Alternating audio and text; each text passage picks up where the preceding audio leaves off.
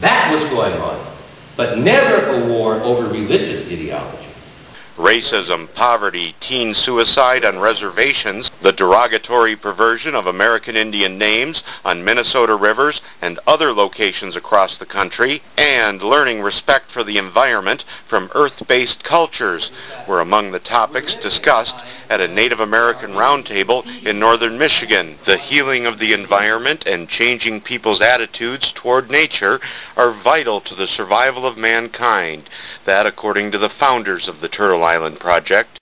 Turtle Island Project co-founder Reverend Dr. Lynn Hubbard said whites should listen to the environmental teachings of earth-based cultures like Native Americans, Celts, and other indigenous peoples. Hubbard said Euro-Americans have not listened to what Native Americans have to say about respecting nature, adding the difference between Native American spirituality and Christian spirituality is very profound and fundamental. Sponsored by the Turtle Island Project, a non-profit based in the Upper Peninsula of Michigan, the conference was held at Eden-on-the-Bay Lutheran Church in Munising.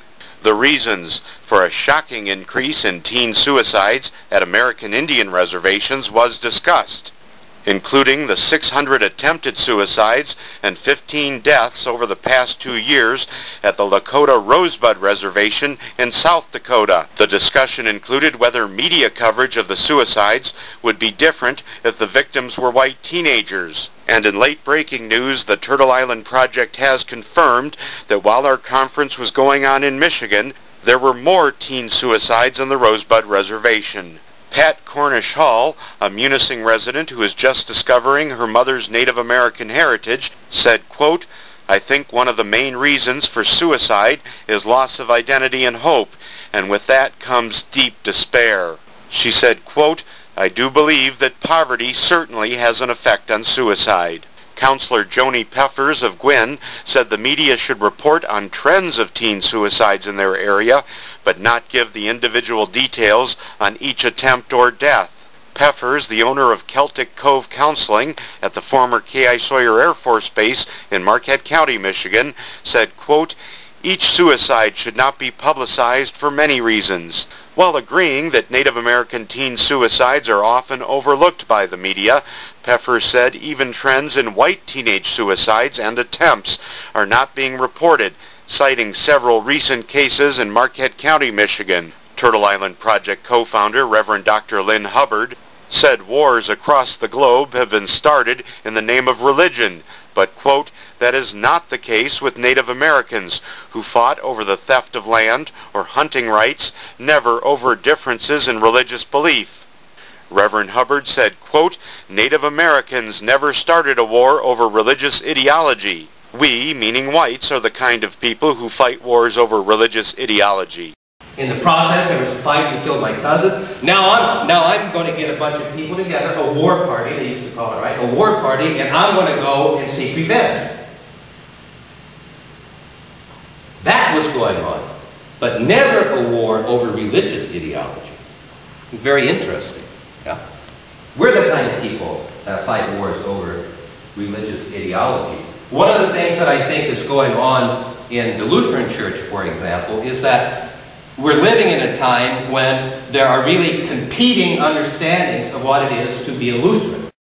The perversion of the original Native American name of Minnesota's Rum River and similar derogatory names was placed on the agenda at the request of Thomas Dahlmeyer, director of the Rum River Name Change Organization Incorporated in Waukon, Minnesota. A Minnesota state representative recently introduced a bill that would change 14 derogatory geographic place names that are offensive to American Indians. The Rum River in Minnesota was named by whites, referring to alcohol spirits, instead of the original American Indian name that meant Great Spirit.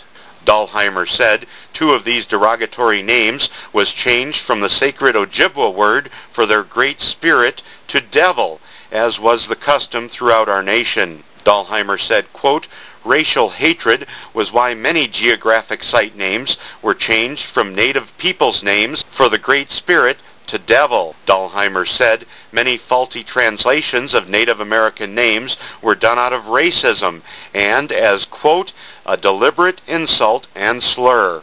Dalheimer told the Turtle Island Project that, quote, these derogatory names remind Native people of the cultural genocide that is being perpetrated against them. Dalheimer added, changing these names will help in the healing process, but keeping the derogatory names would maintain a racist, derogatory characterization of Native peoples.